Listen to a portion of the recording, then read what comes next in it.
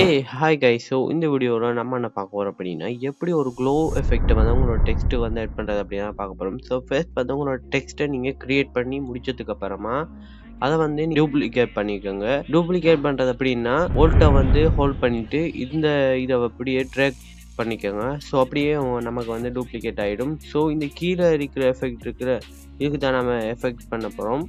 So இதில் போய் okay காசன் blur அப்படின்னு நீங்கள் சர்ச் பண்ணதுக்கப்புறமா இது வரும். இந்த எஃபெக்டை தூக்கி நீங்கள் உங்களோட கீழே இருக்கிற இதில் தான் நீங்கள் எட் பண்ணணும், அதாவது கீழே இருக்கிற லேயரில்.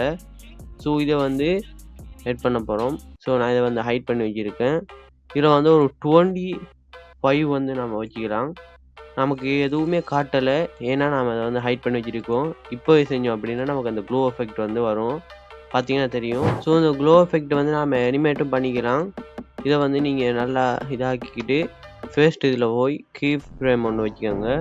அதுக்கப்புறமா நீங்கள் கொஞ்சம் ஃப்ரேம்ஸ் வந்து தள்ளி போய் இதில் வந்து கொஞ்சம் க்ளோ இல்லாமையோ இல்லைன்னா க்ளோ லைட்டாக இருக்கிற மாதிரி வச்சுக்கோங்க. ஸோ இதில் போய் திரும்ப க்ளோ நான் நல்லா வச்சுக்கிறேன். ஸோ இப்போ நம்ம அனிமேட்டை முடிஞ்சதுமா அதை ஃபுல்லாக செலக்ட் பண்ணி கண்ட்ரோல் காப்பி பண்ணி இதை வந்து நம்ம திரும்பவும் கொஞ்சம் ஃப்ரேம் தள்ளி கண்ட்ரோல் விஏ கொடுத்து பேஸ்ட் பண்ணிக்கலாம். அதுக்கப்புறமா அவங்களோட ஃபுல் டெக்ஸ்ட்லேயும் வந்து நீங்கள் பேஸ்ட் பண்ணிக்கோங்க, கண்ட்ரோல் வி அப்படின்னு. ஓகே, இவ்வளோ எனக்கு போதும். இப்போ நாம் வந்து இதை ப்ளே பண்ணி பார்த்தோம் அப்படின்னா